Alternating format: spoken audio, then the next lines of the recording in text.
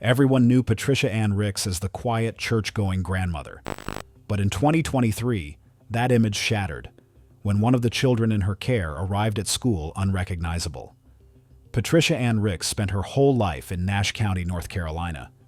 By early 2023, she was 72 years old and the legal guardian of 5 grandchildren. She had stepped in when their parents couldn't, hoping to keep the family together and out of foster care. That's what her lawyers would later say. At Cooper's Elementary, staff saw her differently. A church-going grandmother, devoted, kind. But just weeks before everything unraveled, Crystal Lane showed up to school looking like a different child. Her face was swollen. The bruises were deep. Some teachers said they barely recognized her. The explanation? She'd refused to put on lotion. But on February 7th, 2023, things spiraled. 8-year-old Crystal suffered very serious head injuries. She passed away before she could be treated at the hospital. Investigators later discovered that a household plunger and even a stun device had been used during the harsh punishment. Detective Sergeant Kevin Bissett described the master bedroom and bathroom as drenched in red. Medical staff tried to save Crystal but could not. The detective called it the worst scene he had ever seen in his work. The community wondered why no one stopped this sooner. Social workers and teachers had missed repeated warning signs. After Crystal's passing, the Nash County Department of Social Services saw major leadership changes and state oversight, actions that came too late for this family. In February 2023, Ricks, then 72, was arrested and charged with first-degree harm resulting in loss of life and serious mistreatment of a child.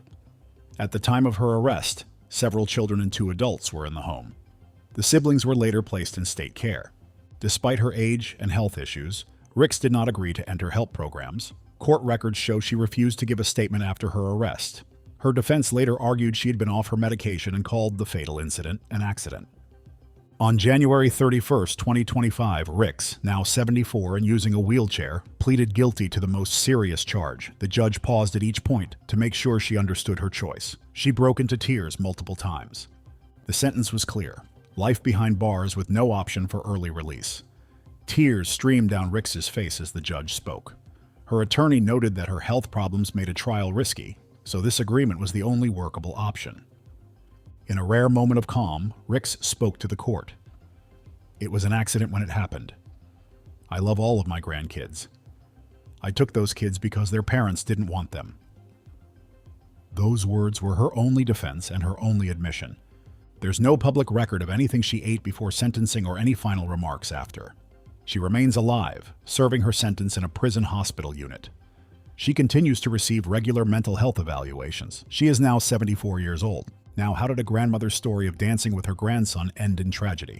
Charlotte Terosene Simpson was born in 1974 and lived in Tuscaloosa County, Alabama.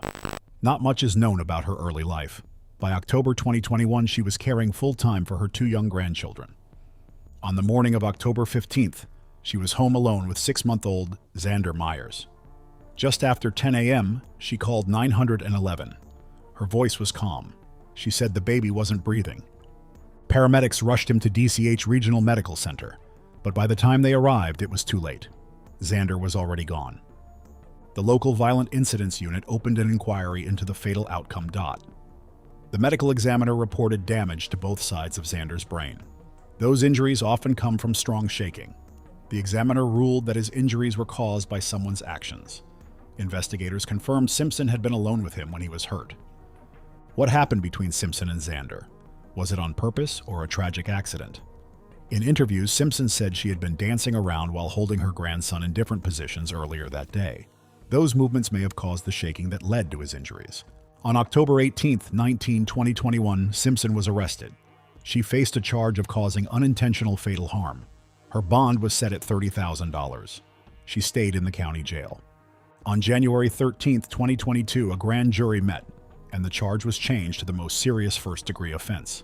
Authorities said the harm was intentional and done by a caregiver alone with the child. Her bond was revoked, and she remained held without bail. In early 2022, the case was set for a first-degree trial. Later, state records and local reports show that this charge was dropped. According to Tuscaloosa Thread, Simpson's most serious charge was dismissed. She was then released from jail. Why did they drop that charge? The district attorney's office may have felt the evidence was too weak for the highest level offense. They might have reached a plea deal for a lower charge, or they may have chosen not to move forward based on case strength. The exact outcome was not made public. Simpson called it an accident. The jurors weren't convinced. But in California, the next grandmother didn't leave room for doubt. What happened behind closed doors was undeniable. Fouse Abdihashi was a 70-year-old grandmother living in a gated community in Milpitas, California. She lived on Luz del Sol Loop with her daughter, her niece who helped care for the children, and several young grandchildren. One of those children was 3-year-old Ayub Hassan. His mother was living in Minnesota, so his aunt and Hashi shared his care. Until mid-April 2019, Ayub had been sick and on medication. He shared the home with a 14-year-old cousin and a 4-year-old girl. Neighbors described Hashi as quiet, private. There was no known history of trouble until that day. On Monday, April 15, 2019, at about 4:44 p.m., someone called 911 to report a child who was not breathing. Police officers and paramedics arrived quickly. Inside the home, they found Ayub unresponsive with very pale, purplish skin. They began CPR right away. About an hour later, doctors at Santa Clara Valley Medical Center confirmed that Ayub had passed away. Investigators looked into how Ayub had stopped breathing. The county medical examiner determined that pressure around his neck had cut off his air. Bruises and scratch marks on his neck backed up that finding. A key witness was the 4-year-old girl who had been in the home that afternoon. In an interview with detectives, she showed how Hashi had grabbed Ayub by the neck, shaken him with strong force, and then thrown him to the floor. Her actions painted a sudden, frightening picture of harm. 2 days later, on Wednesday, April 17th, police went to Hashi's San Jose home and took her into custody around 6:20 p.m.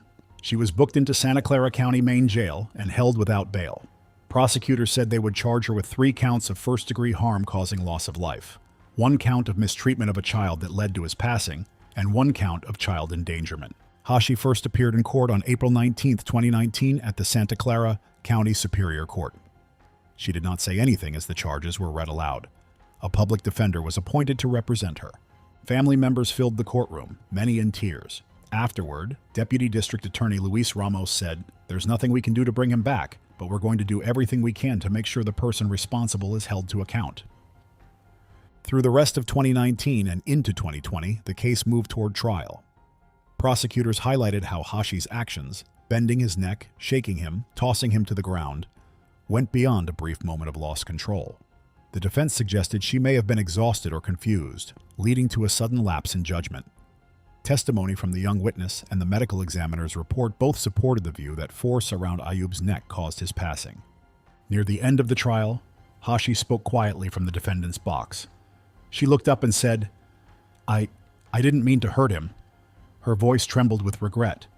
Those words showed a grandmother's sorrow, but they could not undo what happened. In late 2020, the jury found Hashi guilty on the main charges. The judge set her sentencing for early 2021. At that hearing, Hashi faced the maximum term of 25 years to life. The judge noted the severity of her actions, the child's innocence, and the trust she had broken by causing harm in her own home. While her attorneys asked for leniency because of her age, the court imposed the full sentence. Just before the judge left the bench, Hashi whispered, "Ayub was like a light to me. I'm so sorry." There were no grand final words, only a grandmother's grief in a tragic moment. As of 2025, Hashi is serving her sentence in a California state prison. She is now 76 years old. Under current rules, she must serve at least 25 years before any review of her case, which puts her earliest possible consideration beyond the year 2045. Yet in Georgia, Janie Lou Gibbs hid her intent behind church donations, until poison spoke for her. The next grandmother was a church-going mother and daycare provider. So how did her whole family vanish one by one? Janie Lou Hickox was born in 1932 in Cordell, Georgia. Her parents were Ephraim and Annie Lou Hickox. She grew up in a tight-knit church community and later ran a home daycare. In the early 1950s, she married Charles Gibbs. They had 3 sons, Marvin, Melvin, and Roger. Neighbors knew her as a devoted mother and active church member. In January 1966, Charles became ill and passed away on the 21st. Doctors said he had liver disease. No one suspected Janie. She donated much of the insurance money to her church. A few months later, on August 29th, 13-year-old Marvin fell ill. He too passed away, with hepatitis listed as the cause. Again, Janie gave most of the payout to her church. On January 23, 1967, 16-year-old Melvin collapsed. He passed away from what doctors called a rare muscle disorder. Janie once more funneled the insurance money into her church. Neighbors saw 3 close losses in just over a year and called it a string of misfortune. But questions began to form. Roger, now 19, was the only surviving son. He and his wife were expecting a baby. Their newborn, little Ronnie, got sick and passed away. Within a month, Roger also fell ill and passed away. 4 sudden family losses in rapid succession raised concern. Their family doctor grew uneasy and sent samples to the state lab. Tests on Roger's remains showed a high level of arsenic. Investigators exhumed the other bodies. All 5 showed arsenic poisoning. On December 25, 1967, Janie was arrested in Cordell. She was charged with causing the poisonings that led to the loss of her husband, 3 sons, and grandson. At her January 1968 hearing, her lawyers argued she was mentally unwell. They said she believed she was dying and wanted her family to join her in heaven. The prosecution said she was clear-headed and had plotted to collect insurance money for her own goals. A jury first found her unfit to face trial on February 7, 1968. She was sent to a mental hospital where she worked in the kitchen. In 1974, doctors declared her fit for the trial. She was retried and found responsible for the 5 poisonings. Janie received 5 consecutive life sentences. She never faced capital punishment. In the late 1990s, Janie developed Parkinson's disease. In 1999, she was released into her sister's care. She spent her final years in a nursing home in Douglasville, Georgia. She passed away on February 7, 2010, at age 77. Many have wondered why she poisoned her own family. Her defense said she was delusional. They claimed she truly believed she was dying and was helping her loved ones move on. Prosecutors pointed to repeated insurance claims and large church donations. They saw those acts as a way to gain sympathy and conceal her actions. During her trial, she expressed regret, but maintained she never meant harm. She said she thought she was guiding her family to what she saw as a kinder fate. No verified transcript of her final words is available. Up next is 1 suburban home, 10 gunshots, and a grandmother who said she had no other choice. Sandra Lane was born in 1937. By May 2012, she was 74 years old. She lived with her husband, Fred Lane, in West Bloomfield Township, a well-to-do suburb of Detroit. Sandra had retired from teaching and spent her time volunteering. Neighbors knew her as warm and involved. Her grandson, Jonathan Archer Hoffman, was born on October 9, 1994. He grew up in the same township. After his parents divorced and his sister fell seriously ill, Jonathan went to live with Sandra and Fred during his final year of high school. He struggled with substance use, trying pot and other synthetic substances. Those struggles led to probation problems and frequent outbursts at home. At first, Sandra spoke of Jonathan with love. She adored him. But as his drug use worsened, things changed. He began to kick doors and break things. On one occasion, Sandra called 911 because she felt threatened during an argument. On May 18, 2012, tensions boiled over. Sandra later admitted she felt trapped. She went to her bedroom and grabbed a handgun. Prosecutors say she fired 10 shots. 6 bullets struck Jonathan, including 2 in his back. At the same time, he was calling 911. He whispered, "Grandma shot me. I'm hurt. I got hit again," wearing only socks and gym shorts. Sandra said she feared for her life. She claimed Jonathan had pushed her and demanded money. He wanted a car so he could avoid jail if he ran into more trouble. Investigators, however, found no injuries on Sandra. They pointed to the 911 call as evidence that she used more force than necessary. Sandra faced charges of second-degree homicide and illegal use of a firearm. Her trial opened in March 2013. Her lawyers described her as a frightened grandmother pushed to the edge. They noted Jonathan's mental state and the influence of drugs. The prosecution focused on the lack of any injury on Sandra. They highlighted the 10 spent casings and the 911 recording. Jurors said Jonathan's soft voice on that tape haunted them as they deliberated. On March 19, 2013, the jury found Sandra guilty on both counts. On April 18, 2013, Judge Denise Langford Morris sentenced her to 20 to 40 years for the homicide, plus 2 more years for the firearm offense. That means she must serve at least 22 years before she can apply for release. At her sentencing hearing, Sandra was visibly upset. She cried and spoke in broken sentences. "I'm sorry for what happened. I regret the pain I caused. Sorry feels too small. I don't know what else to say. I don't want to grow old behind bars." Her daughter, Jennifer Hoffman, called Sandra a monster and urged the judge to be harsh. She said her mother had planned and carried out the fatal act without mercy. Sandra Lane is now 87 and remains in a Michigan state prison. She may seek release around 2035 when she is about 98. It's unclear whether her age or health will affect her case. Jonathan is buried at Machpelah Cemetery in Ferndale, Michigan. His passing sparked a heated discussion about guns in family homes, substance use, mental health, and where the line is drawn when someone defends themselves. The next grandmother said it was a tragic accident, but the tools in her room still had red stains on them. Stephanie Marie Davis was born around 1973 or 1974. She lived in Scottsdale, Arizona. Not much is known about her early years. A family member said she lost custody of her 4 children when she was in her 20s. By 2015, she had gained custody of 2 grandsons, 11-year-old Chaska Davis Smith and his 9-year-old half-brother. The boys first lived with her and her husband, Thomas James Descharnes, in Minnesota. Later, they moved into a budget hotel in Scottsdale. Relatives described Stephanie as unstable and warned Thomas to be cautious around her. Starting in 2017, the Arizona Department of Child Safety opened 3 investigations into reports of physical harm. In May of that year, staff saw a severe black eye on Chaska. He told workers that Davis just hits him and kicks him in the face. The case was closed because there wasn't enough proof. A second report spotted new bruises, but that case was also closed. By September 2017, another report named her husband in a separate incident. By then, the family had moved out of state, so no action was taken. These missed chances let the harm continue unchecked. In January 2022, the couple and the boys were back in Scottsdale, living at an extended stay America hotel. On January 30th, at about 5 p.m., Davis called 911. She said she found Chaska unresponsive in the bathtub. He was rushed to the hospital but passed away less than 2 hours later. Investigators found Davis doing CPR. Chaska had severe injuries. Davis claimed he had been hurting himself. She said he hit himself with a wrench and cut himself with a paring tool. She said she hid the wrench, cleaned the tool, ran him a bath, and left the room for between 1 minute and 15 minutes. When she came back, he was unresponsive. Thomas Descharnes told a different story.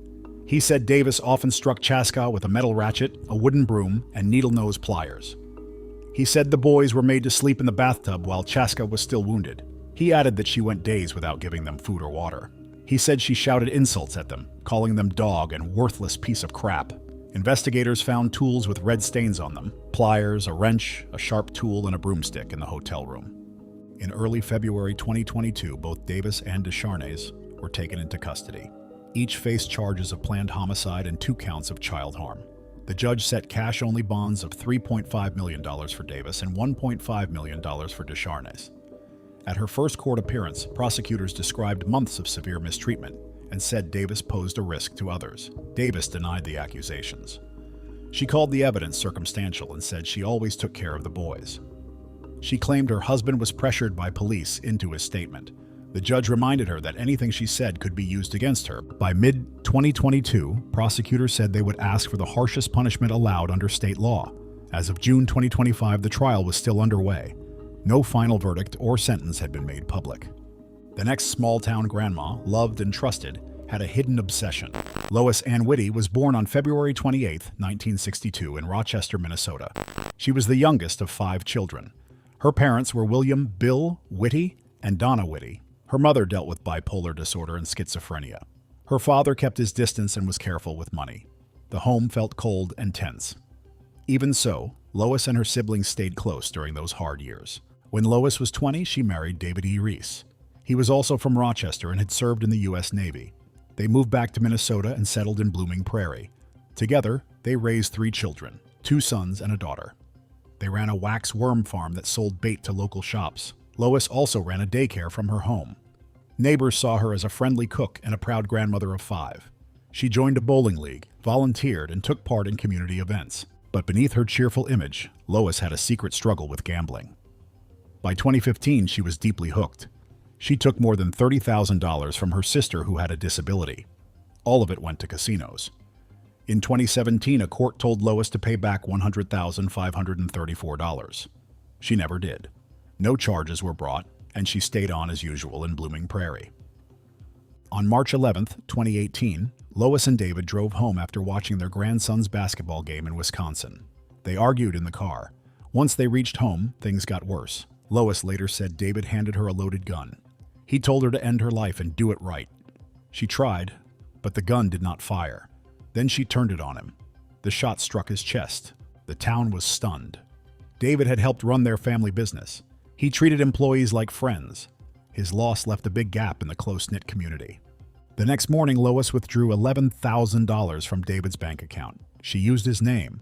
That move raised doubts. A grand jury soon charged her with first and second-degree counts for taking his life. Lois then ran away. Cameras tracked her through casinos and hotels. She headed to Florida using forged checks and David's money.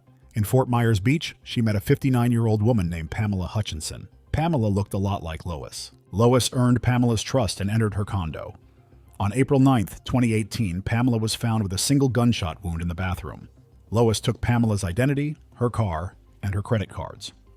She left the state again, using Pamela's cards at hotels and gambling spots. After weeks on the run, spanning several states, authorities arrested Lois on April 19, 2018. She was at a bar in South Padre Island, Texas. Staff recognized her from news alerts. Lois was sent back to Florida first. On December 17, 2019, she admitted in court that she was responsible for ending Pamela's life. She also pleaded guilty to grand theft, auto, and identity theft.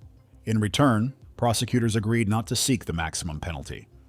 She received life without any chance of release. In March 2020, officials returned her to Minnesota to face charges in David's case. On August 11, 2020, in a high school auditorium set up for distance rules, she changed her plea to guilty for first-degree premeditated charges. She said she planned it ahead of time. She was given another life sentence without any chance of release. Both sentences run at the same time. Lois Reese is now held at the Minnesota Correctional Facility in Shakopee, about 30 miles from Minneapolis. In 2024, she spoke for the first time on an HBO documentary called I Am Not a Monster: The Lois Reese Murders. She said she can't fully recall taking Pamela's life. I still don't know why it happened, she admitted. She also expressed deep shame and regret. In total, she serves 2 life terms, one for each loss of life. Both sentences bar any future appeals or early release. Up next are 2 losses. 2 years, one grandmother at the center of both. Tracy Nicks worked as a school principal for almost 40 years in Hardee County, Florida. She raised a daughter named Kayla Nicks Schock. She was grandmother to Ezra Schock, who was 16 months old, and to Uriel Schock, who was 7 months old.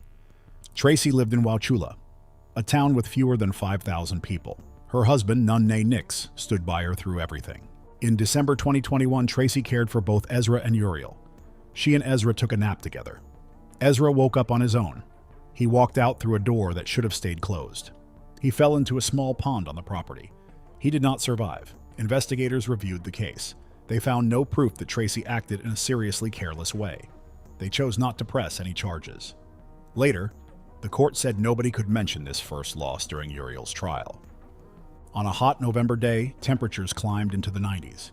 Tracy took 7-month-old Uriel to lunch with friends in the same county. After lunch, she parked her Lexus SUV at home. Uriel stayed asleep in the back seat. Tracy went inside and fed the dog. She practiced piano. She lost track of time. Hours passed before she remembered Uriel. One of her grandsons came by and let her know something was wrong. Nunne went out to check on Uriel. He found the baby unresponsive. He began CPR. Paramedics arrived and confirmed Uriel had passed from severe heat exposure. Tracy faced 2 charges. The first was a serious charge for ending a child's life. The second was for leaving a child alone in a vehicle, which led to great harm. The jury weighed the evidence. They decided the prosecution had not shown that Tracy meant to hurt anyone or acted with extreme carelessness. They said her mistake was serious, but not unlawful. She was cleared of the top charge. She was found responsible for the vehicle-related count. Tracy chose not to speak during the part of the trial that decided the guilt. In their closing argument, lawyers reminded the jury that babies are not things you can forget.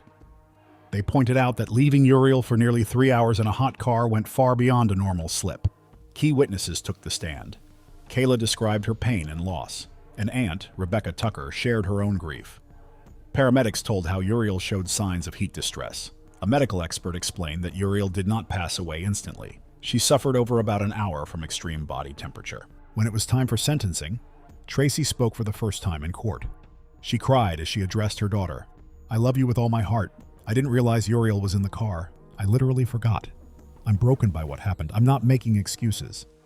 The judge noted that Tracy's words showed sorrow, but not true remorse. He handed down the maximum term under state law, 5 years in prison. He gave her credit for time already served. Some asked if this was a single lapse or a pattern. Uriel's father, Drew, said it was unfair to debate whether Tracy should go to prison after 2 such losses. Others wondered why Tracy never called for help right away in either case.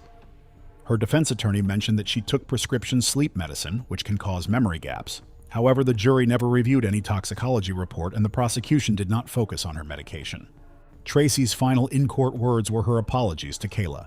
"I'm broken. I'm not making excuses." She is now serving her sentence in Florida. With credit for time served, she may be released around 2028. The judge expressed hope that this difficult chapter would close and that Kayla, Drew, and their remaining children could begin to heal. The next grandmother said it was an accident, but the child was found in a trash can. Becky Ann Veland was a grandmother living in Oklahoma City. Born around 1961, she'd spent most of her life in modest surroundings, raising children and grandchildren in a small home in Cleveland County. By 2022, she was the main caregiver for 3-year-old Riley Lynn Nolan. Riley's parents were both in prison. Becky had stepped in, like she had before for other grandchildren. But on June 21, 2022, everything changed. That afternoon, Becky's ex-husband walked into the backyard. There, behind the house, was a green trash bin. Something inside caught his eye. At first, he thought it was a doll. Then he looked again and called 911. He believed there was a child inside. When paramedics arrived, they confirmed what he feared. Riley's remains were found curled inside the bin. She had been there for days. Police asked Becky what happened. Her story was flat.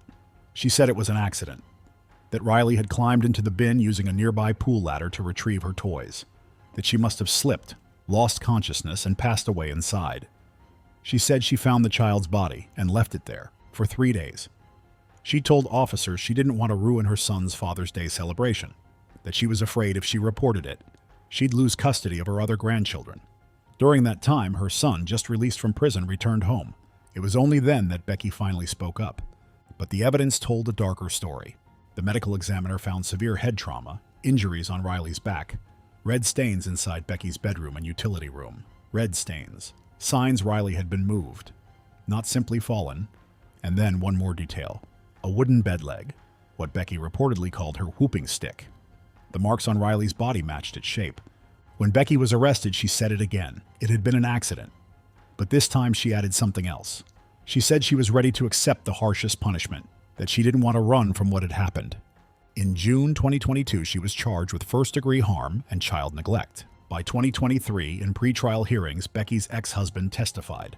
He said she admitted everything, that she left Riley in the trash bin out of panic because she didn't want to spoil the day her son came home, because she wanted to protect her family's peace, even as it crumbled. Then, on October 8, 2024, Becky entered a no-contest plea to the most serious charge. She wouldn't admit guilt, but she wouldn't fight the sentence either. In exchange, prosecutors dropped the lesser charge related to how Riley's body was handled. She had chosen silence, but the evidence spoke loud enough. A week later, on October 15, 2024, Judge Lynn McGuire sentenced Becky to life behind bars. Under state rules, that means 45 years in prison, with at least 38 years before she can ask for early release. If she serves that full minimum term, she could be eligible for parole around 2062, when she will be about 99 years old. Becky did not give a formal final statement in court, but to reporters outside she once said, "I want to face the consequences for what I did." The next woman seemed like the perfect grandmother, until one silent moment shattered everything. Carmela de la Rosa's life looked normal on the surface. She and her husband Leandro lived in Fairfax County, Virginia. They were Filipino-American immigrants. For years, Carmela babysat her 2.5-year-old granddaughter, Angeline Ogdock, while her daughter, Mary Cat, and son-in-law, James Ogdock, worked or studied. Neighbors saw her as warm and kind. Children tossed snowballs on her doorstep. Families shared food at barbecues. Carmela often carried Angeline, both of them smiling. But Carmela was hiding a deep struggle. Mental health experts later said she had severe depression. In the months before the tragedy, she tried to harm herself several times. She took too many pills, cut her wrist, and even drove off an embankment in her car. On November 29, 2010, just before the holiday season, the family had lunch at Tyson's Corner Center's food court. They walked toward the parking garage. Angeline sat happily in her child's seat. No one sensed any trouble. Carmela seemed fine that afternoon. What set off the unthinkable? Prosecutors and a psychologist said she felt jealous. Carmela resented the attention given to Angeline. She also disliked that her daughter had married outside their faith.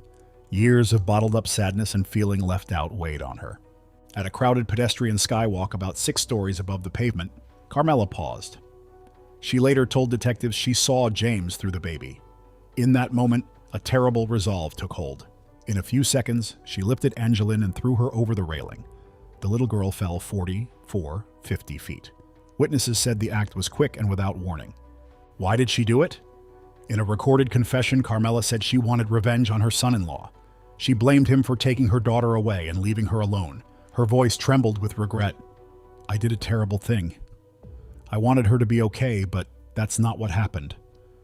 Angeline was rushed to Inova Fairfax Hospital. Early the next morning, she passed away from her injuries. Carmela was arrested at the scene. She was first charged with causing severe injury, which was soon upgraded to the most serious charge of planning and ending Angeline's life. At her first court appearance, she pleaded not guilty by reason of insanity. During the trial, her defense team described a woman trapped in deep depression. They noted her repeated attempts on her own life that year. Her daughter testified that Carmela had withdrawn and "won't you talk to me" feelings. Her sister said she wasn't the same woman anymore, but the prosecution played the confession tape. A forensic psychologist testified that Carmela knew right from wrong. He said she had planned the act moments before and made sure Angeline lagged behind the family. Jurors heard her words about hurting James through the baby. The jury faced a hard question. Had Carmela truly lost touch with reality, or was it a cold, jealousy-driven act? They sided with the prosecution. In October 2011, they found her guilty of the most serious charge of planning and taking Angeline's life. On January 6, 2012, Judge Bruce D. White sentenced Carmela to 35 years in prison. He added 3 years of supervised release. Carmela stood weeping, apologizing to her family. Her lawyer and the court acknowledged her illness, but the jury had rejected her insanity plea. The judge noted her illness but held her accountable. He said that loving Angeline did not excuse what she did. Angeline's parents said they were grateful that the law had been served even as they continued to grieve. Carmela will serve the full 35 years unless she earns early release through good behavior. She remains in a Virginia prison. Now in her mid-60s, she is far from home and forever marked by that moment. Up next is a trusted guardian, a broken child, and a story that kept changing. Angela Downing was the legal guardian and grandmother of a 3-year-old boy. She was born around 1964. Before moving to Texas, she faced 2 charges for selling illegal substances in New York. Beyond that, little is known about her early life or family. When she settled in Denton, Texas, she took in her grandchildren. Their mother was in assisted living, and their father had given up custody. On January 18, 2022, Child Protective Services told Denton police that a badly hurt child had arrived at a hospital. Downing told medical staff he had tumbled down a flight of stairs. Doctors found a fractured skull, injuries in his brain, and serious swelling. Those injuries did not match a simple fall. Investigators grew concerned. During questioning, Downing admitted she had caused the harm herself. She said she threw her grandson onto a hard bathroom floor. Then she threw him against a wall. The boy's condition was critical. He was declared to have no brain activity and passed away on January 22nd. How could someone trusted with a child cause such harm? Was it a sudden loss of calm or something that had been building up? Records show that in February 2021, Downing once left both grandchildren alone in a parked car outside a grocery store. She walked away and expected CPS to handle them. That was neglect, even if no one was hurt at the time. Until January 2022, though, no other incidents were on record. On January 24th, 2022, police arrested Downing. She was booked into Denton City Jail on a charge of intentionally causing a child's passing. The case stayed in the local court system without much media coverage beyond Denton outlets. Public records do not show any trial dates, verdicts, or statements from Downing. As of mid-2025, the case remains open. There is no public word on when or how it will end. We do not know why she did it. Was it a moment of anger? A mental health crisis? A long-running stress? No clear explanation has been shared. Angela Downing is now about 61 years old. She is still in custody, waiting for the next steps in her legal process. Sherry Connor was born around 1963 in New Hampshire. In 2017, she became the legal guardian of her daughter's 4 children. Their mother, Danielle Vaughn, had lost her parental rights because of a drug problem and unsafe home situations. The children moved into Sherry's house on Blueberry Lane in Laconia, New Hampshire. On December 24, 2019, emergency responders found 6-year-old Dennis, known to family as Boo, lying still and unresponsive. An examination after he passed showed he had suffered serious blows to his head and neck. That Christmas Eve was his worst day. Authorities say Sherry punished him for small mistakes. If he left clothes on the floor, she made him run in place. When he stumbled, she allegedly kicked him. She then used a broomstick on his head and neck until it broke and later stepped on him. Investigators say Boo was not the only child harmed. Between 2017 and 2019, his 3 siblings also suffered. They told officials they had been slapped, kicked, their heads held underwater during baths, and their faces covered. They said she once put hot sauce on their private areas and sometimes did not give them enough to eat. In his final hours, Boo ran a fever of 104 degrees Fahrenheit. He vomited and lost control of his bowels. He seemed confused. At one point, he thought a plastic bag was a gift. No one called for medical help. Instead, he was told that an evil spirit would come for him. It was not until August 2024, almost 5 years later, that a grand jury brought formal charges against Sherry. She faced a 12-count indictment. The counts included causes of serious injury, neglect, and influencing her other grandchildren's testimony. At her first court appearance, the state asked that she remain in custody without bail.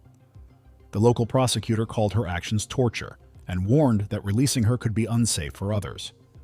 Sherry's attorney noted her clean record and a recent cancer diagnosis. They asked for bail but were turned down. Sherry has denied all wrongdoing. In March through 2023, she told a local paper that she never harmed her grandchildren and dismissed the charges as nonsense. In May 2025, the trial was set for late August. The prosecution says it will rely on reports from doctors, statements from the surviving children, and other evidence to show Sherry's neglect led to Boo's harm. Her new defense team is reviewing thousands of pages of documents to challenge that version of events. As of June 2025, Sherry Connor, now 61, remains behind bars awaiting trial. If the court finds her responsible for causing Boo's fatal injuries, she could face up to 30 years in prison. Mia Desiree Harris was 43 years old when everything spiraled. A grandmother in Liberty Township, Butler County, Ohio, she lived in a townhouse on Dutch View Court with her adult children and their families. On December 9th, 2023, around 1:50 a.m., the house was full. Tensions rose. An argument erupted. In a flash, Harris grabbed a handgun. She fired several times through a locked bedroom door, targeting her daughter-in-law and another relative. When one round missed, she kicked the door open. Inside that room, her infant granddaughter, Myra, just 5 months old, was sleeping in her crib. Harris stood over Myra and fired again. The round hit the child in the head. That wound led to long-term seizures and special needs care. After that, Harris handed her wounded granddaughter to her mother. Then she fled. She drove the wrong way on Interstate 75. Witnesses identified her as the one who fired. Police stopped her. She was taken into custody without a struggle. Harris was charged with 4 counts of using a gun to harm someone and 1 count of firing a weapon into a home. Later, 3 counts and the weapon into home count were dropped under a plea deal. On September 17, 2024, she pleaded guilty to 1 count of using a gun to harm someone with a gun use specification. Under that deal, she faced up to 15 years in prison. Guidelines pointed to 9-12 years. At the plea hearing, the injured baby and her mother sat in court. When asked why she fired, Harris said, "That was not my grandbaby. Sorry, not sorry." 2 main ideas emerged about why she did this. One theory says she had a sudden mental breakdown. Another points to heavy marijuana use leading to paranoia and anger. Evaluators looked at her 3 times. They found no serious mental illness diagnosis, but they did note she seemed unstable that night. There was no full trial. On October 29, 2024, Judge Dan Hawkey held a sentencing hearing. He called the baby's survival a hand of good fortune. Myra's mother, Destiny Buffington, spoke directly to Harris. She held up Myra's tiny hospital gown and other keepsakes saved from surgeries. Then she said, "I had to plead for my life, and then you shot my daughter in front of me. She will never have a grandmother again. You took that from her. You took everything away from me." Harris remained silent. The judge sentenced her to an indefinite term of 9 to 12 years in prison. Myra survived. She spent 65 days in intensive care and had 3 surgeries. She now deals with seizures and needs a shunt to drain fluid from her brain. She'll require ongoing therapies for physical and learning support. Mia Harris likely began her sentence in late 2024 or early 2025. Without any early release, she would be due for release between 2033 and 2036.